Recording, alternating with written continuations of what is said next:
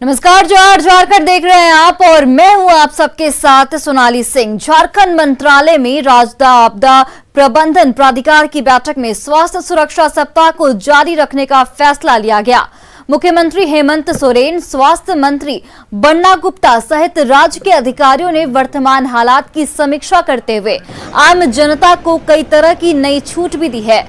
जमशेदपुर में लगी पाबंदी को हटा लिया गया है। वहीं यहां भी अब दूसरे जिलों की तरह शाम 4 बजे तक सभी तरह की दुकानें खुली रहेंगी। वहीं वीकेंड लॉकडाउन को जारी रखते हुए इस दौरान दूध की दुकानें खोलने का आदेश दिया गया है। मॉल और डिपार्टमेंटल स्टोर को खोलने की अनुमति भी दी गई है।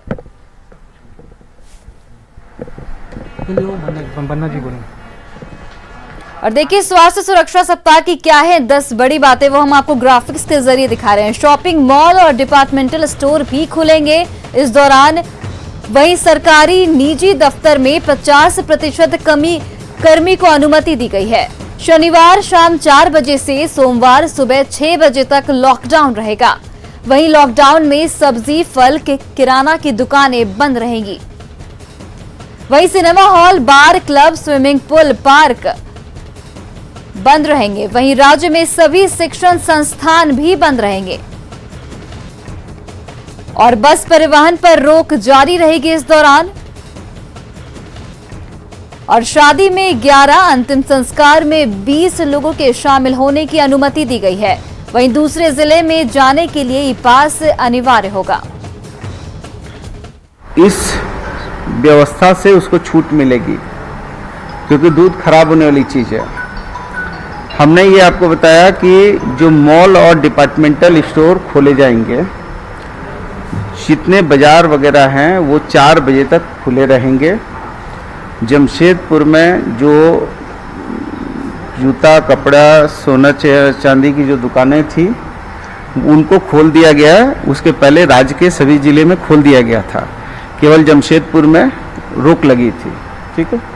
सरकारी सेवक जो है 50% सरकारी सेवक जो है अपनी सेवा देंगे।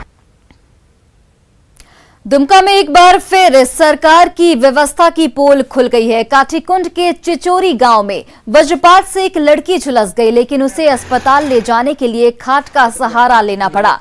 गांव तक पक्की सड़क नहीं है, ऐसे में गांव तक एम्बुलेंस नहीं पहुंची, जिसकी वजह से ग्रामीणों को खाट पर लिटाकर घायल लड़की को अस्पताल ले जाना पड़ा।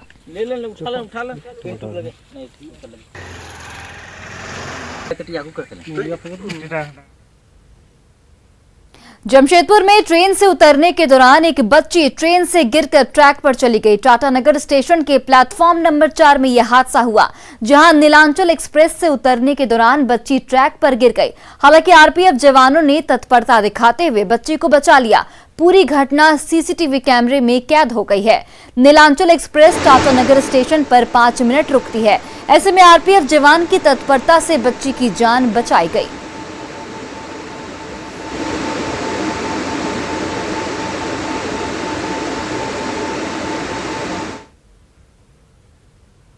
उधर जामताड़ा के विद्यासागर स्टेशन पर आरपीएफ जवान कृष्ण मुरारी ने अपनी जान की परवाह किए बगैर ट्रेन पर चढ़ने के दौरान पटरी पार कर गिरी एक महिला और बच्ची की जान बचा ली।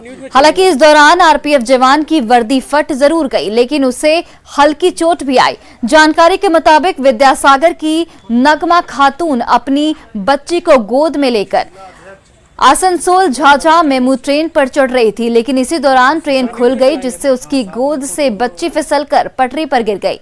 लेकिन आरपीएफ जवान कृष्ण मुरारी ने दौड़कर बच्ची को बचा लिया। आज दोनों, एक माँ और एक बच्ची, दोनों जो पटरी के नीचे चला गया और ट्रेन चल रही थी, जिसके पीछे आरपीएफ ने उसको बचाने के लिए अपना जान का बाजी लगा दिया। और ऐसे जवानों को मैंने सैल्यूट करता हूं कि ऐसा जवान जो आज हमारे भारतवर्ष में है। लोकल ट्रेन 567 63567 और वो दोनों सुरक्षित बच गए। बच्चा भी, वो लेडीज, उनका हस्बैंड सब ठीक ठाक है। आप भी थोड़ा घायल हुए हैं बचाने? हाँ, थोड़ा मेरा चोट लगा, इधर में वर्दी फट गया, चलते हुए गाड़ी में घिसका गया उनके पीछे में, तो बड़ा चोट लगा। नॉर्मल थोड़ा टाइम मिल जाएगी। और देखिए, हल्की बारिश में ही देवघर सदर अस्पताल परिसर में जल जमाव की स्थिति बन गई है, जिससे मरीजों को परेशानी का सामना करना पड़ा। जायजा लिया संवाददाता मनीष दुबे ने।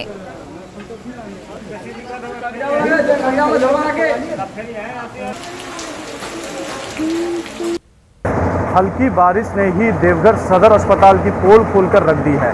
आज दिन में हल्की बारिश होने के बाद जिस तरह के यहाँ पे मुख्य गेट पर जो है पानी जल जमाव हुआ है, इसे आप देख सकते हैं कि किस तरह से मरीज़ यहाँ से अंदर, ये मुख्य दरवाज़ा है और उसके बाहर यहाँ पे कुछ काम लगा हुआ है, जिसके कारण गिट्टी और बालू भी गिराया गया है। लेकिन ये जल जमाव काफ़ी सवाल उठाता है सदर अस्पताल प्रशासन पर और इससे बीमारी भी बढ़ने का खतरा देखा जा रहा है। दूसरी सबसे बड़ी बात कि अगर मरीज़ यहाँ पर लेके पहुँचते हैं लोग, तो किस तरह से यहाँ से अंदर जाएंगे, ये बहुत बड़ा। मनीष दुबे, न्यूज़ 18 देवघर।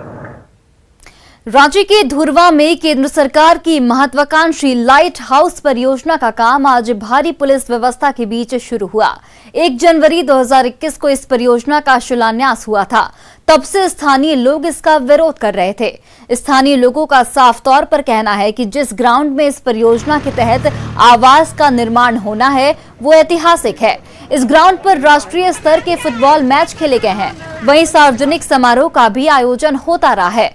ऐसे में सरकार को किसी अन्य स्थल पर इस परियोजना का निर्माण कराना चाहिए था।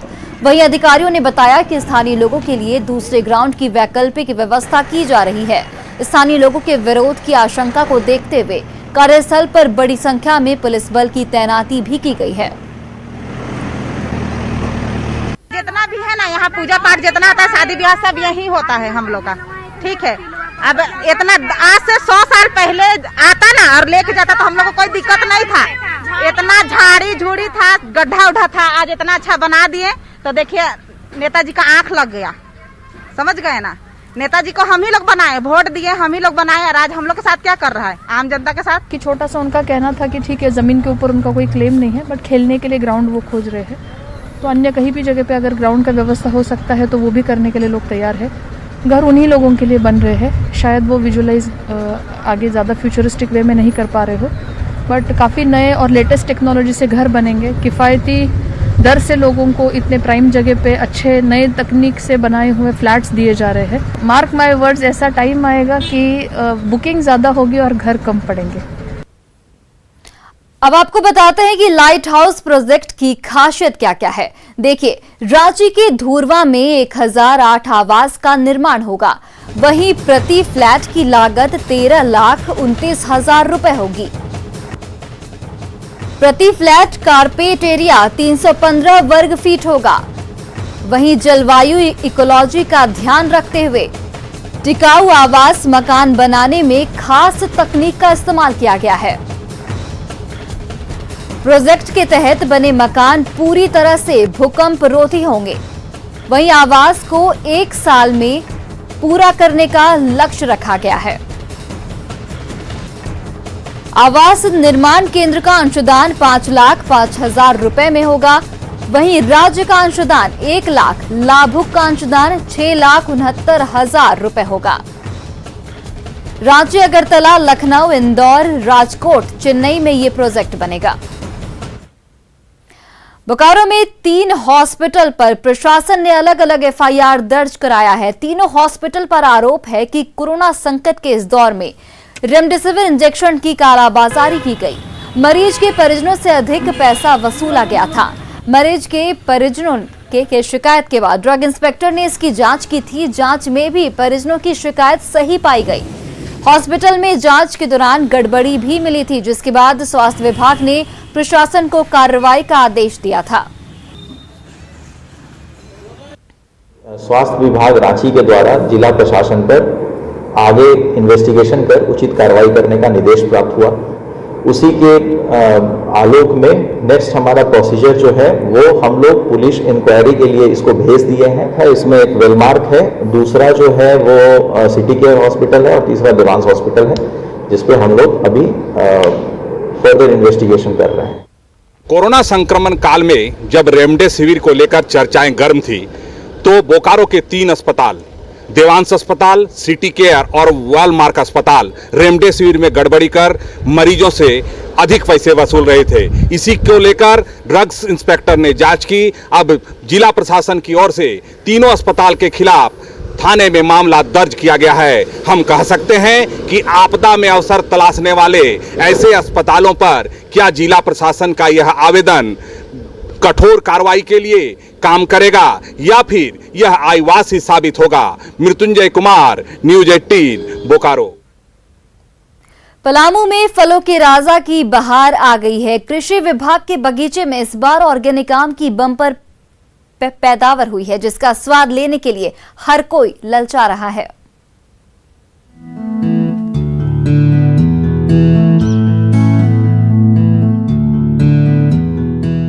चियाकी के क्षेत्रीय अनुसंधान केंद्र की हरी भरी बगिया में किसी पेड़ पर लंगड़ा लटक रहा है तो किसी ऊंची टहनी से आम्रपाली ललचा रही है।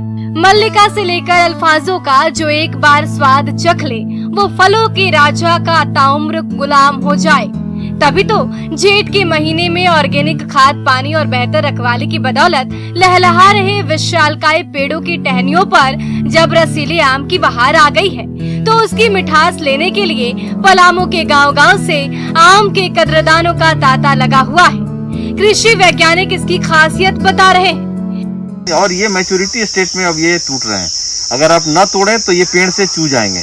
तो यही सारे चीजों आमों को जब मैच्योरिटी स्टेट में तोड़ते हैं तो आप कार्टून में रख देंगे तो ढककर तो ये 2 दिनों में अपने आप पक जाएंगे। कृषि विभाग की बागवानी में इन पेड़ों का साल भर खास ख्याल रखा जाता है। समय समय पर खाद पानी तो दिया ही जाता है। रसीले फलों को कीड़ों के प्रकोप से बचाने के लिए भी कोई कोर कसर नहीं छोड़ी जाती। इसी देखभाल का ही कमाल है कि आम के पेड़ों पर इस बार फलों के राजा की बहार आ गई है। ना कार्बाइड की जरूरत है और ना किसी रसायन की। प्राकृतिक तरीके से पके इन फलों का स्वाद ही ऐसा है कि जो एक बार चख लेता है वो कभी भूल नहीं पाता। जैविक चीजों को खाएं, तो ये हमारे यहाँ जो उपलब्ध है इन सारे चीजों को जो है हम लोग बिना कार्बाइड से पकाकर कृषकों को देते हैं और प्रोत्साहित भी करते हैं वैसे किसानों को कि आप वैसे ही चीजों को मार्केट में लाएं। तो फलों के राजा का इंतजार हुआ खत्म। पेड़ की टहनियों पर लटके आम जल्द ही टूटकर थाली में सजकर आप तक पहुंचने वाले हैं। तो उसका जायका लीजिए और उसके स्वाद में खो जाइए। संजय भारती, न्यूज 18 पलामू।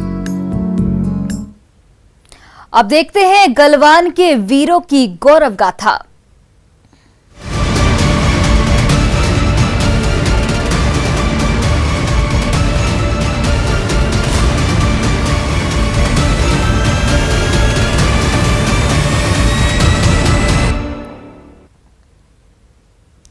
साहिबगंज के कुदन ओझा भी 15 जून 2020 की रात गलवान घाटी में मौजूद थे।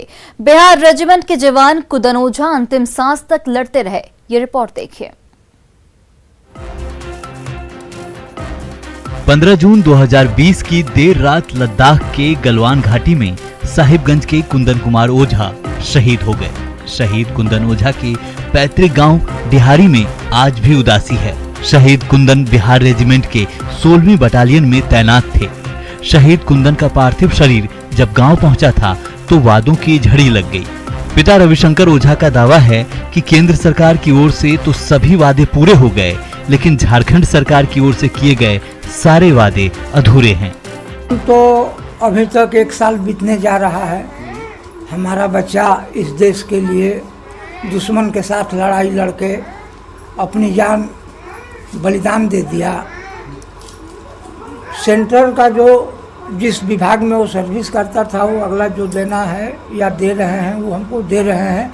हमारा जो राज्य है झारखंड राज्य, ये जो घोषणा हमको किए उसमें खाली मुंह से जाते हैं तो लोग दौड़ते हैं, हाँ हो जाएगा, ये हो जाएगा, वो हो जाएगा। बगल के राज्य में बिहार राज्य में जितने हमारे जवान बेटा शहीद हुए थे उनके घर में जाके नीतीश जी अपने से सबको एक सर्विस प्लस 31 लाख रुपया अपने हाथ से जाके सब जवान के घर घर जाके पहुंचा दिए। और यहाँ तो लोग हमारे यहाँ देखने तक भी नहीं आए। कुछ भी नहीं मिला है। झारखंड सरकार ने मुझे बस 10 लाख रुपए सहायता के रूप से दिया है और जितना भी गच्छे थे वो लोग अभी तक किसी भी वादे को पूरे नहीं किए। वो उन्होंने बोले थे पेट्रोल पंप देंगे, आपको सर्विस देंगे और रहने के लिए ज़मीन देंगे, उपजा के खाने के लिए देंगे, लेकिन अभी तक उन्होंने कोई भी वादे पूरे नहीं कर पाए। शहीद कुंदन कुमार ओझा की पत्नी नौकरी का आस लिए बैठी हैं, लेकिन अभी तक झारखंड सरकार की ओर से इन्हें अपॉइंटमेंट लेटर नहीं मिला है। साहिबगंज से मिथिलेश कुमार सिंह की रिपोर्ट, न्यूज़ 18।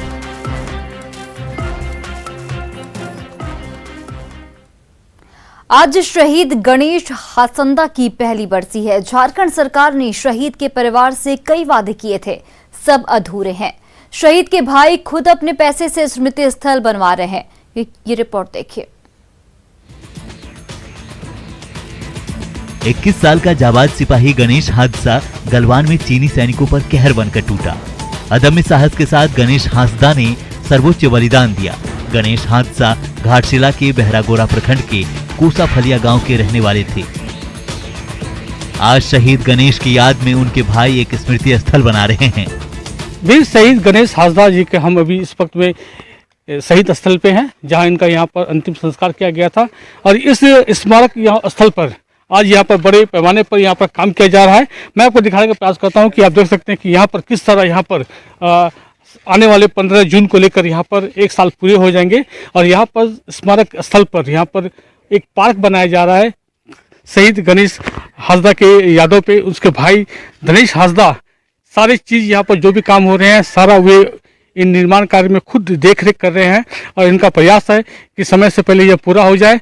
और इस जगह पे उन्होंने अब तक 15 लाख रुपए अपने निजी तौर पर खर्च कर इस तरह के पार्क स्मारक शहीद गणेश हांसदा जी के याद में वे खुद बना रहे हैं। शहीद गणेश के भाई दिनेश हांसदा अपने भाई की वीरगति पर गौरवान्वित है, लेकिन दुख इस बात का है कि झारखंड सरकार ने जो वादा किया वो आज तक पूरे नहीं किए गए। अभी सरकार की तरफ से तो हमारे राज्य सरकार से घोषणा तो बहुत बड़े बड़े मिले थे, सब लोग सुने हैं कि पेट्रोल पंप दिया जाएगा शहीद परिवार वालों को, मनपसंद जगह पे 5 एकड़ ज़मीन दिया जाएगा, सरकार की तरफ से परिवार वालों को एक सरकारी नौकरी भी दिया जाएगा और नगद 10 लाख रुपया का घोषणा हुआ था। उसके साथ साथ हम लोग का विधायक भी घोषणा किया था कि एक मूर्ति वो अपने स्तर से शहीद गणेश हांसदा का हम लोग को देगा। लेकिन अभी तक दुख की बात तो ये है कि 10 लाख के अलावा अभी सरकार से हम लोग को झारखंड सरकार की तरफ से कुछ भी नहीं मिला है। झारखंड सरकार पर लगातार वादा फरामोशी का आरोप लग रहा है। घाटशिला से प्रभंजन की report, news 18। Network 18 federal bank Sanjeevani गाड़ी भारत के कोविड प्रभावित जिलों में जारी है। वैक्सीन के लिए जागरूकता फैलाने की हमारी इस मुहिम को आप भी अपना सहयोग दीजिए। चलिए आपको दिखाते हैं कि संजीवनी गाड़ी अब तक कहां-कहां गई और आज कहां है।